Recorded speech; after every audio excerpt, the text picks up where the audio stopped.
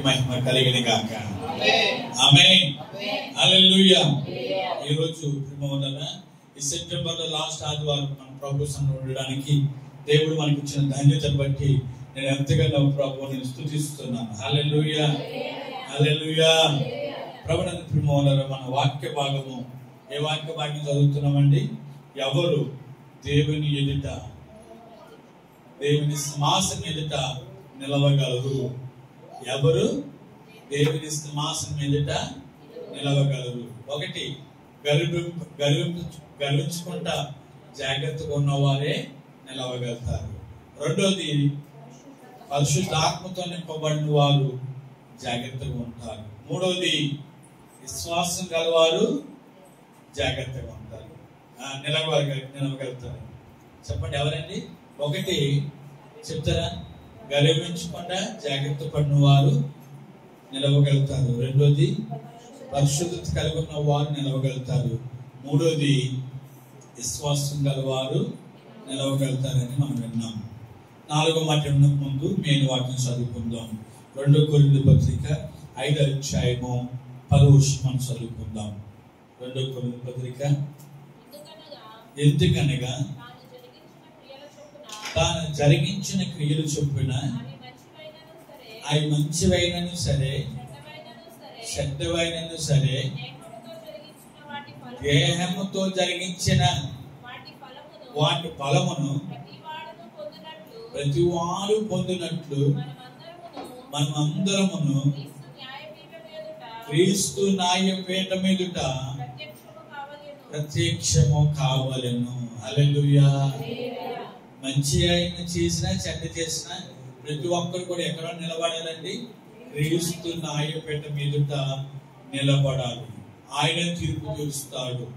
ఏమని తీర్పు తీరుస్తాడంటే, బలా నమ్మకమైన మంచి దాసుడా దాసురాలు అంటాడు. లేకపోతే బలా నమ్మకమైన చెడ్డ దాసుడని అక్కడ తీర్పు తీర్చి, ఇగో నీ కొరకు లోకం పుట్టినది మొదలుకొని నీ కొరకు సిద్ధపరిచిన రాజ్యములను స్వతంత్రించుకో అని అక్కడ చేసిన మంచి చెడు కూడా అక్కడ బయటపడతాయి. దేవుని ఎదుట నిలబడ్డవా? హల్లెలూయా. కాబట్టి ఈ రోజు మనం దేవుని ఎదుట నిలబడి ఆయన ఉండే స్థలంలో నీవు నేను ఉండాలంటే ఏం చేయాలండి? గర్వించకుండా జాగ్రత్త పడాలి. పరిశుద్ధత కలిగి ఉండాలి. విశ్వాసం గలవారంగా ఉండాలి. అవిశ్వాసంగా ఉండకూడదు. ఎలా ఉండాలండి? విశ్వాసం గలవారంగా ఉండాలి, కానీ అవిశ్వాసం మనలోకి రానికూడదు. ఇశ్రాయేలు ప్రజలు అవిశ్వాసం ద్వారా భ్రష్టులు అయిపోయారు. ఏమైపోయారండి? భ్రష్టులు అయిపోయారు. అవిశ్వాసం ద్వారా దేవుని రాజ్యములో, వాగ్దానం చేసిన రాజ్యములో ప్రవేశించలేకపోయారండి. ఎందుకంటే వారి అవిశ్వాసం ద్వారా. అవునా కదా? చెప్పండి అండి. వారి అవిశ్వాసం ద్వారా వారి దేవుడిచ్చిన ఆ దేశములో ప్రేమేంటి ఏమిటారా ప్రవేశించకపోయారండి వాళ్ళ అవిశ్వాసం. ఈరోజు మనము కూడా దేవుని మందిరంకి వస్తూ, దేవుని సన్నిధికి వస్తూ, దేవుని ప్రేమిస్తూ అవిశ్వాసం ఉన్నది అనుకోండి, మనము పరలోకంలోకి ప్రవేశించలేము.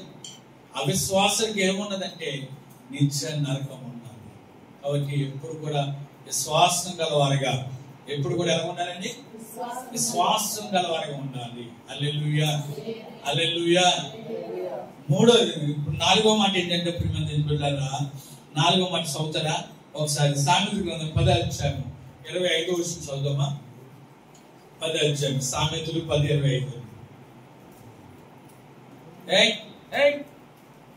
సుడిగాలి వీచగా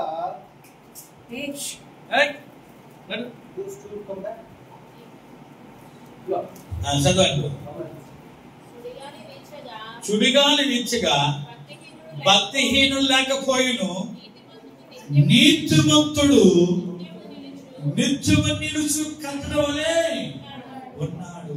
హల్లెలూయా. చెప్తారు ఒకసారి హల్లెలూయా. భక్తిహీనుడు ఏమంటాడు? సుడిగాల్లో కొట్టిపోతాడు. ఆ సుడిగాలు ఎక్కడికి పోతుందో మనకు తెలియదు. నీతిమంతుడైతే ప్రేమరా ఎలా ఉంటాడంటే నిత్యము నిలిచే కట్టడం వలె ఉంటాడు. నిత్యము నిలిచే కట్టడ. హల్లెలూయా. నిత్యము నిలిచే కట్టడ. ప్రేమ వల్ల నీతిని అనుసరించేవారు, నీతి గలవారు నిత్యము నిలిచే కట్టడ వలె ఉంటారు. భక్తిహీనులైతే సుడిగాలితో కొట్టుకుపోతారు. సుడిగాలి ఎలా తిప్పిపోతుందంటే సుడి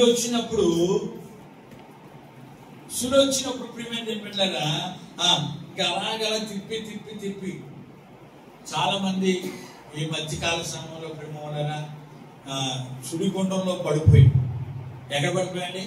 సుడిగుండం వచ్చేసి ఎక్కడికో చనిపోయి, ఇక్కడ మురుగునోళ్ళు ఎక్కడో తేలుతున్నారు చనిపోయి. ఆ సుడిగుండం ఎక్కడ తీసుకెళ్ళిపోతుందో తెలియదు.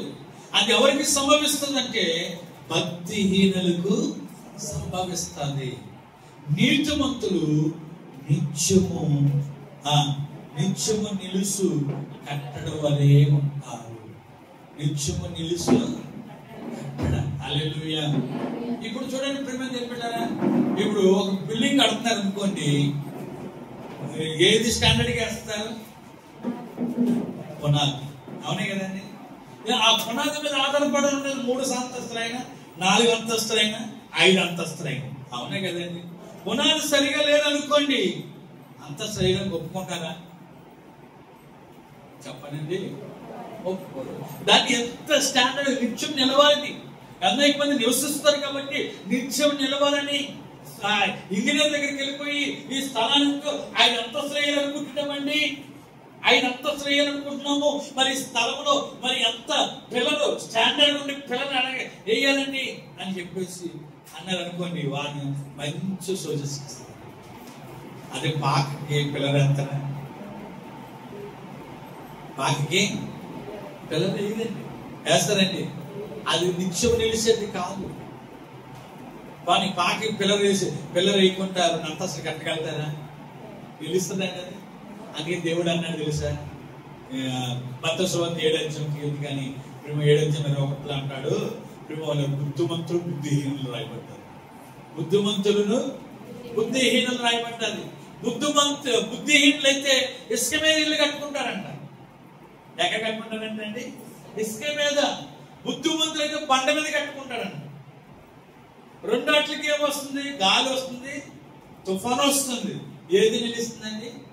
బండ మీద కట్టుకున్నదే నిలుస్తుంది. హల్లెలూయా. బండ మీద కట్టుకున్న వారే నీతిమంతులు.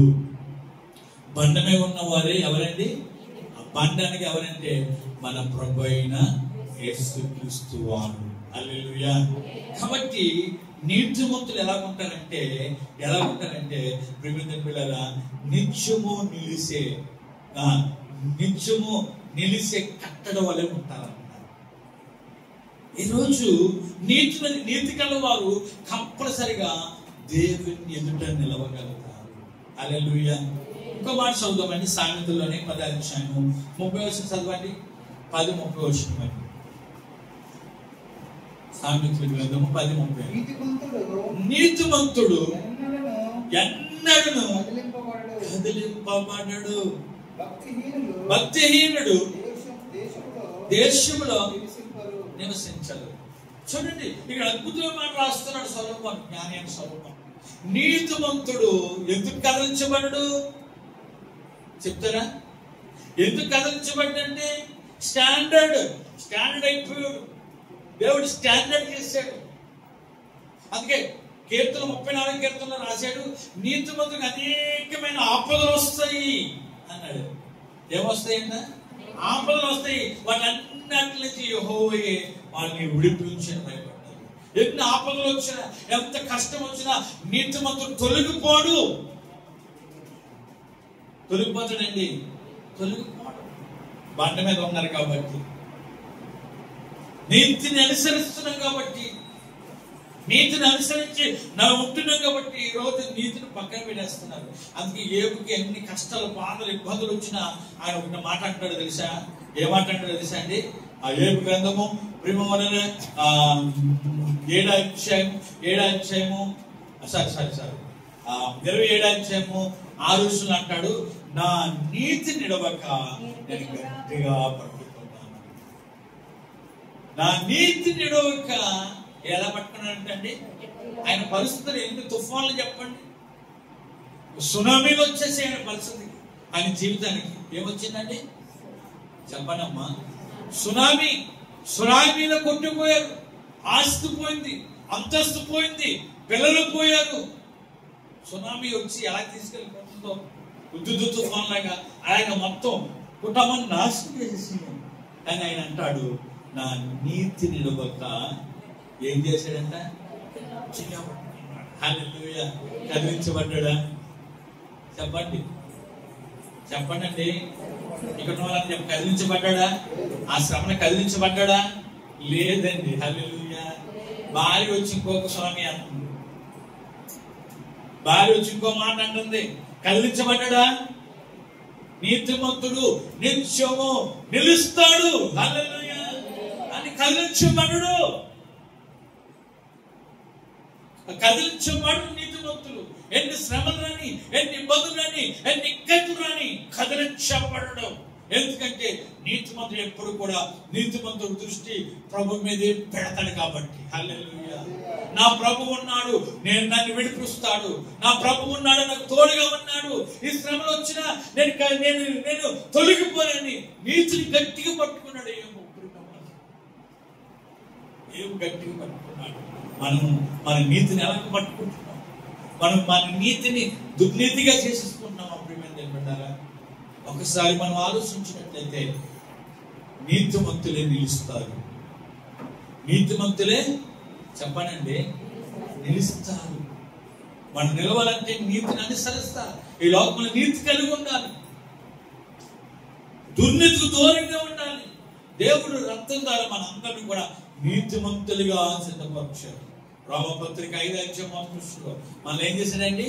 ఆయన మన పాపాల నిమిత్తం మనల్ని ఏం చేశాడంటే నీతిమంతులుగా మనల్ని సిద్ధపరిచారు.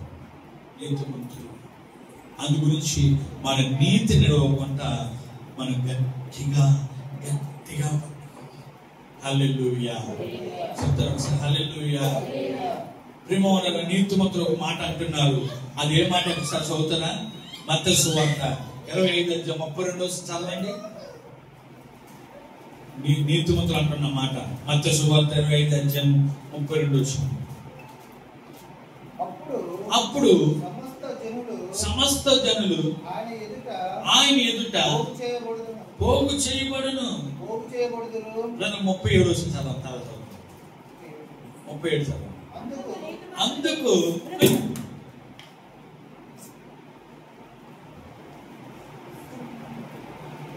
నెక్స్ట్ అది ఆ పిల్లలు కలిసాను సిలువేశారు పిల్లలు.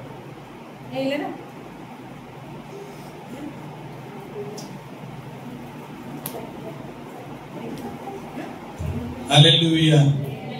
చదవండి.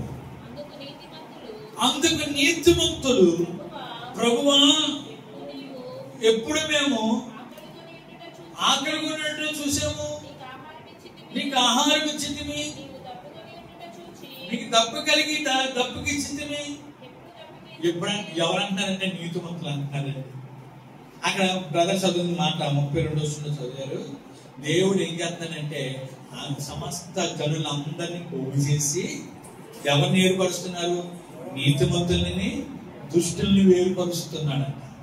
ఎవరిని ఏర్పరుస్తున్నాడండి? నీతిమంతుల్ని దుష్టుల్ని. అక్కడ రాయబడ్డది మేకల్ని గొర్రెల్ని. గొల్లవాడు మేకల్లో నుండి గొర్రెలను వేరుపరిచినట్లు ఆయన ఏం చేస్తాడంటండి? నీతిమంతుల్ని చెప్పండి దుష్టుల్ని ఏం చేస్తాడండి? వేరుపరిచేస్తాడు. గొల్లవాడు మేకల్ని గొర్రెల్ని ఎలా వేరుపరుస్తాడో ఈ దేవుడు కూడా సమస్త జనులు పోగు చేసి ఆయన సింహాసనం మీద నిలబెట్టి ప్రిమోలగా ఆ వేరుపరిచేస్తాడంట. ఏం చేస్తాడంటండి? నీతిమంతులు ఓ భాగాన్ని, తర్వాత భక్తిహీనుల్ని ఎడమ పక్కకి పంపించేస్తాడు. ప్రిమోల కుడి పక్కకి పంపిస్తారు. ఆయన అంటున్న మాట, నీతిమంతులను చూసి లోకం పుట్టినది మొదలుకొని మీ కొరకు సిద్ధపరిచిన రాజ్యాన్ని స్వతంత్రించుకున్నది. అక్కడ రాస్తారండి. ఏది పుట్టుడు మొదలుకోనండి? 34 నీతిమంతులు ఎలా రాశారండి? ఈ లోకం పుట్టినది మొదలుకొని మీ కొరకు సిద్ధపరిచిన రాజ్యమును స్వతంత్రించుకొనుడి. ఎంత అద్భుతమాట! నీతిమంతుల కొరకు ఎంత అద్భుతమాట! లోకం పుట్టినది మొదలుకొని మన కొరకు ఆయన సిద్ధపరుస్తున్నాడు. ఎంత ఎడల్పు ఉండాలో, ఎంత పొడుగు ఉండాలో, ఎంత హైట్ ఉండాలో, ఎంత ప్రేమ ఎంత ఉండాలో అంతా కూడా ప్రకటన గ్రంథంలో రాశారు. అది ఎవరి కొరకు అంటే నీతిమంతుల కొరకు, నీతిని అనుసరించే వారి కొరకు. వాళ్ళు అంటున్నారు, అయ్యా మేము మమ్మల్ని ఎందుకు ఎంత మంచి చేస్తున్నారంటే మీరు తప్పుకున్న వారికి దాహం ఇచ్చారు, ఆకలి కొన్న వారికి ఆహారం పెట్టారు, వస్త్రం లేని వారికి ఏమి ఇచ్చారంట? వస్త్రాన్ని ఇచ్చారు. ఇంకా రాసేది మీరు ఎంతో కార్యం చేశారు. మీకు ఎంతమంది ఒక ఉదాహరణ చెప్పాను. ఒక డైవర్షన్ దగ్గర ఒక దగ్గర వాకింగ్ చెప్పడానికి వెళ్ళారు. అక్కడ ఆ ప్రాంతంలో వాకింగ్ చెప్పడానికంటే నిలువుగా అంగీలు అనమాట, నిలువు కోట్లు. ఫారెన్లో ఎక్కువ కూడా ఏం వేసుకుంటారంటే నిలువు కోట్లు. ఈ నిలువు కోట్లు వేసుకొని వెళ్ళిపోతే గుర్రం మీద వెళ్తున్నాడంటే వేరే దగ్గరికి వాకింగ్ చెప్పడానికి. ఒక అతను సలులు వణికిపోతున్నాడంట. ఏం వణికిపోతున్నాడండి? సలులు వణికిపోతుంటే వెంటనే దైవజనుడు కిందకి దిగి ప్రేమ దగ్గర కోట్ అందించేద్దామంటే అక్కడ వాకింగ్ చెప్పడానికి వెళ్ళాలని కోట్లో సగం కోటు ఇక్కడ వరకు చొక్కా ఎంత కోటు ఏం చేశాడంటే చింపేసేసి ఆ ముసలాన్ని తప్పేసి వెళ్ళిపోయాడంటే వాకింగ్ చెప్పడానికి. వాకింగ్ చెప్తుంటే అందరూ కూడా ఈ వాకింగ్ వైపు మనసు పెట్టకుండా దేని వైపు పెట్టారు? కోటు వైపు. ఈ పేద భాస్కర్ ఎందుకు పిలిచారు? కోటు కూడా సరిగ్గా శ్రీపని కోటు వేసుకొని వచ్చాడు అని మనసు అంతా. కొంతమంది వాక్యమే పెట్టేవారు ఉంటారు కదండి. యేసుప్రభు దగ్గర ఉన్న కొంతమంది ఎలా ఉన్నారంటే వాక్యమైన వారు ఉంటారు, కొంతమంది భోజనం కొరకు వచ్చిన వారు ఉంటారు. తర్వాత చెప్పండి ఇంకా దేని కొరకండి? ఇంకా కొంతమంది ఏమన్నా మాట్లాడితే దానికి వ్యతిరేకిద్దామని చెప్పిన వాళ్ళు ఉంటారండి. అలా కొంతమంది అనుకుంటున్నారు, ఏంటి పాస్టర్ పేద పాస్టర్ సగం కోటుతో వచ్చాడు, ఈయన దొరికాడు అని చెప్పేసి వాళ్ళు అనుకుంటున్నారు మనుషులు. ఆయన వాక్యం ముగించేశాడు. రాత్రి అయిపోయింది.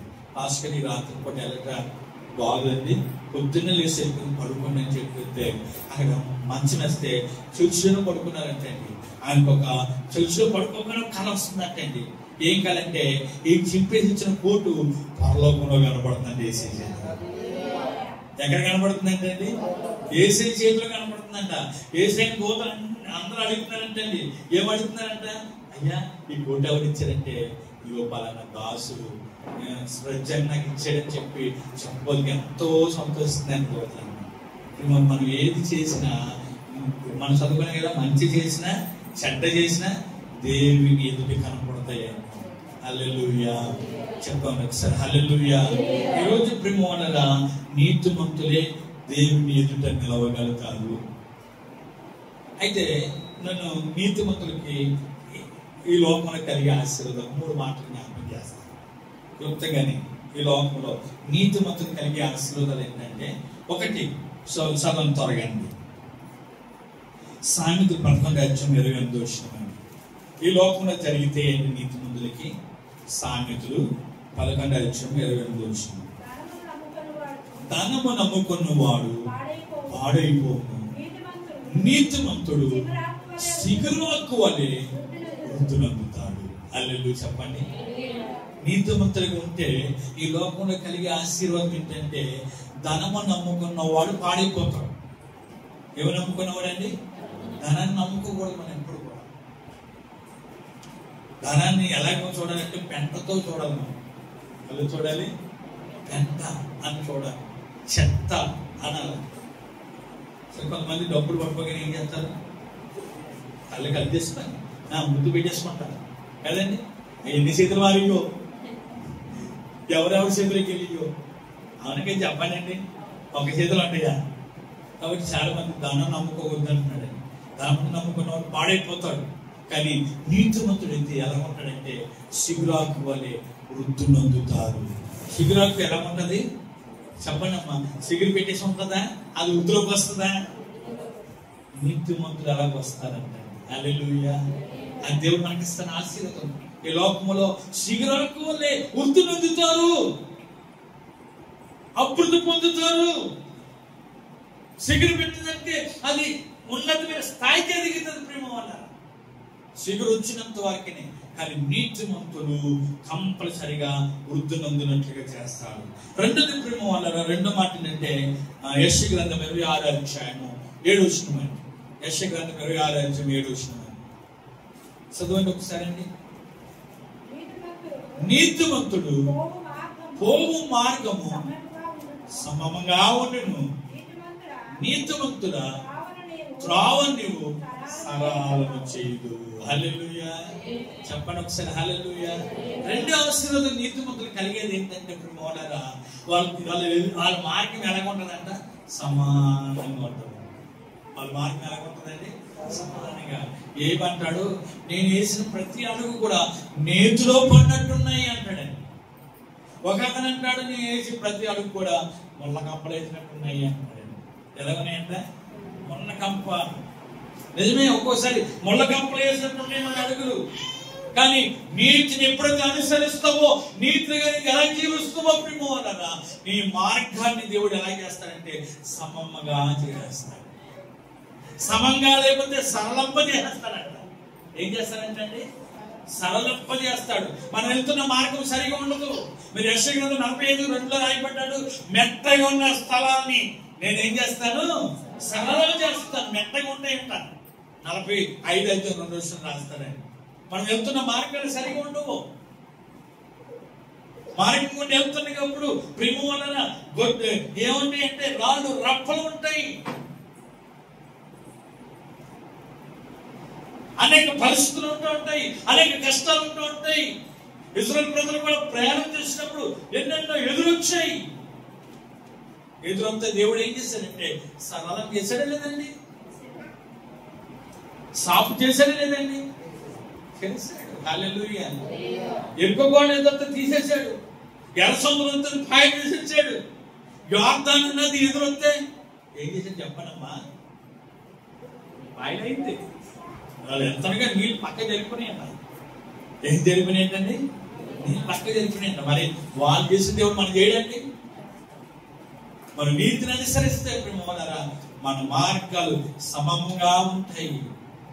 లేకపోతే సరళం చేస్తాడు. ఒక మెట్టగా ఉన్న స్థలానికి మనం ప్రయాణం చేస్తున్నామా, దేవుడు మన ముందు నడిచి మన ముందు వెళ్ళి సరళం చేస్తాడంట. మన ముందు వెళ్ళి ఏం చేస్తాడంటే సరళం చేస్తాడు. మూడో ఆశీర్వాదం ఏంటంటే మూడో ఆశీర్వాదం ఏంటంటే సామెతలు 10:24. మూడో ఆశీర్వాదం సామెతలు 10:24 చదవండి ఒకసారి. భక్తిహీనులు దేనికి భయపడును, అదే వానికి వచ్చును. నీతిమంతులు ఆశించినది వారికి దొరికును. అల్లు చెప్పండి ఒకసారి. భక్తిహీనులు దేవుని ఎరగిన వారు దేనికి భయపడతారో లేదండి, వాళ్ళు భయపడతారు, మనకు భయపడతారు. ఎందుకు భయపడరు చెప్పండి? ఈ లోకంలో ఉన్న వాడి కంటే మనలో ఉన్నవాడు అందుకే మనం భయపడం. మనం భయపడే అవసరం లేదండి.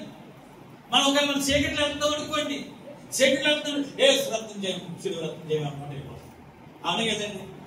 వాళ్ళ భక్తిహీనులు లేదనుకో, చీకటి బాబు ఈ చీకట్లో ఏం జరుగుతుంది ఏమో, ఏ నమ్మ కలిసారు, ఏ నమ్మ కలిసారు అనుకుంటారు లేదండి. భక్తిహీనులు అనుకుంటారు లేదా? అనుకున్నప్పుడు బాగానే వెళ్ళిపోతారు, భయపడతారు. ఏదో తగిలిందనుకో, రాయి తగిలిందనుకో ఏమవుతారు అనుకుంటారు. పొద్దున్నకి ఏమవుతుంది? వాళ్ళు ఏదో అనుకుంటే వాళ్ళకి వస్తుంది రాదండి, మనకు వస్తుంది. అది మనకి రాదు, మనం భయపడము. హల్లెలూయా. భక్తిహీనులు దేనికి భయపడతారో అదే వారికి సమీపిస్తుంది. మనమైతే మనలో ఉన్నవాడు గొప్పవాడు. హల్లెలూయా. మనలో ఉన్నవాడు గొప్పవాడు. ఈ లోకంలో ఉన్నవాడి కంటే మనలో ఉన్నవాడు గొప్పవాడని మనం ఏం చేస్తామంటే ప్రేమించిన బిడ్డలారా ధైర్యంగా వెళ్తున్నాడు. భయం అనిపించిందనుకో యేసు రక్తమే చేయమనుకుంటున్నాం. ఏమనుకుంటారా అండి? యేసు రక్తం. చిన్నప్పుడు అనుకునేవాళ్ళు, చిన్నప్పుడు చిన్న ఏమన్నారన్న అన్నారు అనుకోండి, ఏమనుకునేవాళ్ళని చిన్న దేవుని నాకేం భయం అనుకునేవారు. అంతే కదండి. అనుకొని ధైర్యంగా వెళ్ళిపోయేవారు చిన్నప్పుడు. మీరు అనుకోలేదేమో కదండి. సిన్సెట్ మీద ఏమో నాకేం భయం అనుకుంటా. చీకట్లు వెళ్ళినప్పుడు ప్రిమ వల్ల అప్పుడు ఆ కాలంలో ఎక్కువ లైట్ ఉండే కాదు కదా, ఎవరింట్లోనే కరెంట్ వచ్చింది ఉన్నదంటే గొప్పప్పుడు కదా, అవునే కదండి.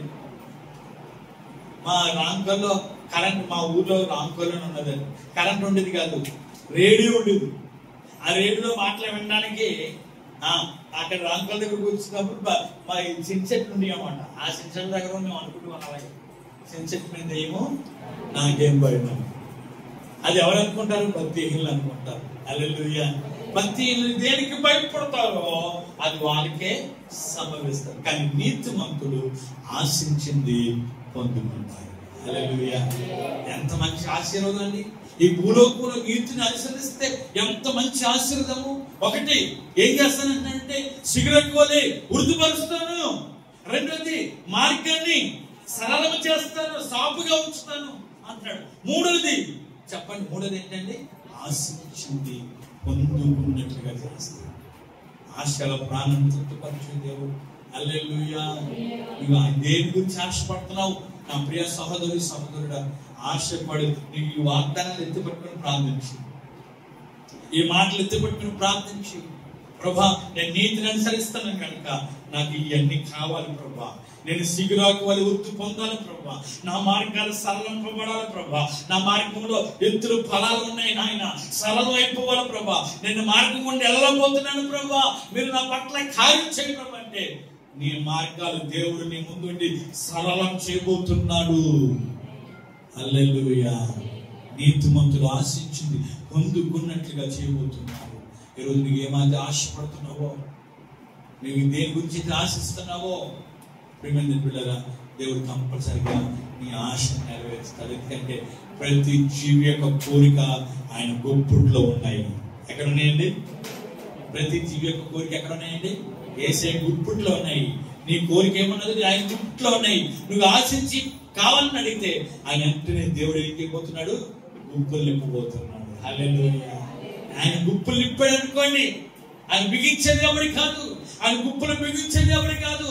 ఎప్పుడు కూడా గుప్పులు ఎప్పుడైనా సిద్ధంగా ఉన్నాడు, ఆశపడతాయి. కాబట్టి ఇప్పుడు ఎవరు నిలవగలుగుతారంటే నీతిని అనుసరించేవారు. చెప్పండి, ఎవరు నిలవగలుగుతారండి? నీతిని అనుసరించారు. ఒకటి, ఎవరు దేవుని ఎదుటి నిలవగలంటే గర్వించకుండా జాగ్రత్త పడాలి. ఎక్కడానికి గర్వం వచ్చినామో కొంతమంది అంటారు కదా, నాది నాది అంటూ వాంగులాగా నీకెందుకు, ఏది నీది కాదు సత్యమే ఎరగవంతుకు. అంతేనండి బ్రదర్. చాలా మంది ఇది నాది, ఇది నాది, ఇది నాది అని ఇలా నాది నాది అంటారు. అందరూ ఏది నీది, ఏదైనా వేసుకెళ్తామండి. అమ్మో వేసుకెళ్ళేది ఉన్నది అనుకోండి అంటే, ఏదైనా వేసుకెళ్ళి చనిపోయిన తర్వాత వేసుకెళ్ళేది ఉన్నది అనుకోండి, మనుషులు ఊరుకుంటారా? హలో ఉన్నారండి? ఏదైనా వేసుకెళ్ళేది ఉన్నది మనుషులు ఊరుకుంటారండి? అమ్మో పోయి. కాబట్టి ఇప్పుడు మనకు తెలుసు ముగింపులోకి వచ్చింది. గర్వించుకోండి. యేసును కూడా దేవుని దయ వల్ల అన్నారు. హల్లెలూయా. ఎలాగనాలండి? దేవుని దయ వల్ల పొందుకున్నాను అన్నారు. రెండోది ప్రేమ వల్ల పరిశుద్ధి కలిగి ఉంటారు, వాళ్ళని నిలుస్తారు. మూడోది విశ్వాసం గల వారు నిలుస్తారు. నాలుగోది నీతిని అనుసరించిన వారే నిలుస్తారు. కాబట్టి మనం అలా ఉండటకు ప్రభు కృప మనందరికీ తోడే ఉండి నడిపించింది కాక. అందరూ కూడా ప్రార్థన చేసుకుంటాం. ఒకసారి కన్నులు మూసుకొని ప్రభు సన్నిధిలో ఉన్నాం. ప్రభు సన్నిధిలో మనం కలిసి ఉన్నాం కాబట్టి ఒక్క నిమిషము ఎవరు దేవుడి సింహాసనం ఎదుట నిలవగలుగుతారు? అందరు నిలుస్తారు, కానీ దేవునితో ఎవరు ఉండగలుగుతారని ఈరోజు మనతో మాట్లాడుతున్నారు. దేవునితో ఆయన ఉండే స్థలంలో మేము ఉండాలంటే, ఆయన ఉండే మార్గంలో మనం ఉండాలంటే గర్వించకూడదు. ఇశ్రాయేలు ప్రజలు గర్వించారండి. చాలా మంది ఉజ్జియా గర్వించాడండి. గర్వించిన పాడిపోయారు, గర్వించిన పడిపోయారు, గర్వపడవని పడగొట్టేశాడు. లూసిఫర్ గర్వించింది, లూసిఫర్ కింద తోసేశాడు, పడవేయబడ్డది. దాని తేజో నక్షత్రం అని పేరు పెట్టాడు. అది గర్వించింది, పడవేయబడ్డది. ఈరోజు ఎక్కడైనా యేసుని గర్వపడుతున్నాము, గర్వపడకూడదండి. జాగ్రత్త పడదాం. రెండోది పరిశుద్ధత కలిగి ఉందాం, పరిశుద్ధమైన జీవితం కలిగి ఉందాం. మూడోది విశ్వాసం కలవారం ఉందాం, అవిశ్వాసం మనలో రానికండి. నాలుగోదిగా నీతిని అనుసరించి నీతిమంతులుగా మనం జీవిద్దాం. నీతిమంతులుగా నిన్ను సిద్ధపరిచాడు. నిజమే, రేపు పొద్దున నీతిమంతులే నిలుస్తారండి. నీతిమంతులే నిలుస్తారు. నీతిమంతులకి భూలోకంలో దేవుడు ఏం ఆశీర్వాదం పడుతున్నాడంటే శీఘ్రకు వలే వృద్ధిలోకి నడిపిస్తాడు. నీ మార్గాలు సరళింపజేస్తాడు. ఆశించి పొందుకున్నట్లుగా దేవుడు కృప చూపిస్తాడు. ప్రభా, నీ కృప నాకు కావాలి, అట్టి కనికరణ కావాలని అడిగండి.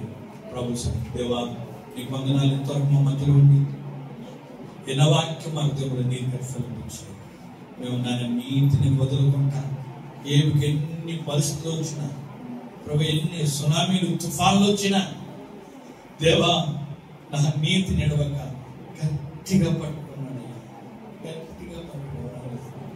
ఈరోజు మా నీతి నిలవకుండా మేము గట్టిగా పట్టుకొని నీ ఎదుట నిలిచి ఉన్నవారిగా మమ్మల్ని సిద్ధపరచు.